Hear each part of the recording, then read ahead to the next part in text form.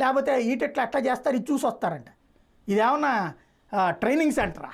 అక్కడికి వెళ్ళి నేర్చుకోవడానికి శాంపుల్ ఎట్ట తీస్తారు, నెయ్యి ఎట్ట వస్తుంది, ఎట్ట కాగబెడతారు, ఏ విధంగా తీసుకొస్తారు, ఇది ఏమన్నా ట్రైనింగ్ చేసి నేర్చుకోవడానికి వెళ్తుంది ఆ సిట్ అనేది. సిట్ అంటే ఏముండాలా? అసలుది పట్టుకోవాలి. అసలు పట్టుకోవడానికి 3 నెలల క్రితం దొరికితే ఇప్పుడు పట్టుకుని ఏం పట్టుకోవాలి దాంట్లో?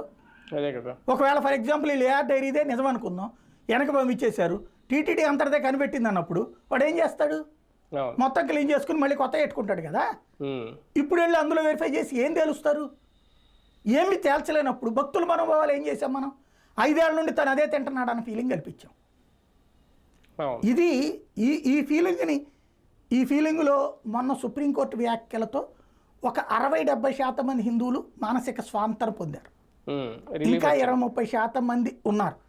ఇంకా ఏదో అది వాళ్ళకు కూడా ఏమన్నా సరైనటువంటి మాట చెప్తుందా సుప్రీంకోర్టు ఏంటనేది చూడాలి. సార్ ఫైనల్గా ఈ అంశంలో రేపు ఆధారాలు ఇస్తారా ఏంటి, కోర్టు ఏం చెప్తుంది ఏంటనేది అందరూ ఎదురు చూస్తున్నారు టీడీపీ బాగా.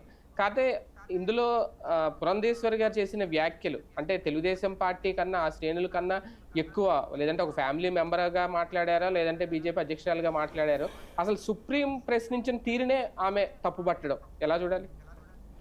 ఇక్కడ రాజకీయం ఎలా వాడాలో అలా వాడటం చంద్రబాబు గారికి తెలుసు అన్నది అర్థమవుతుంది.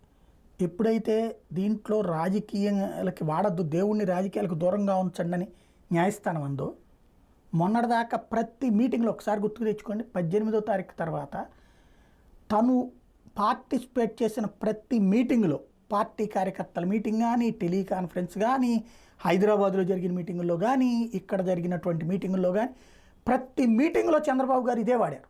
తిరుమల లడ్డు అపవిత్రం, కల్తీ చేశాడు, నాశనం అయిపోతాడు, రాష్ట్రాన్ని నాశనం చేశాడు, సైకో, ఇదే కదా మాట్లాడింది. 18వ తారీఖు నుంచి చంద్రబాబు గారు ఈ మీటింగ్లో మాట్లాడలేదు అన్న పదం లేదు, ప్రతి మీటింగ్లో మాట్లాడారు ఆయన. అట్లాంటిది నిన్న చూడండి పెన్షన్ల మీటింగ్లో ఏమైనా మాట్లాడారు చంద్రబాబు గారు? నోరు మెదపలేదు. మొన్నటి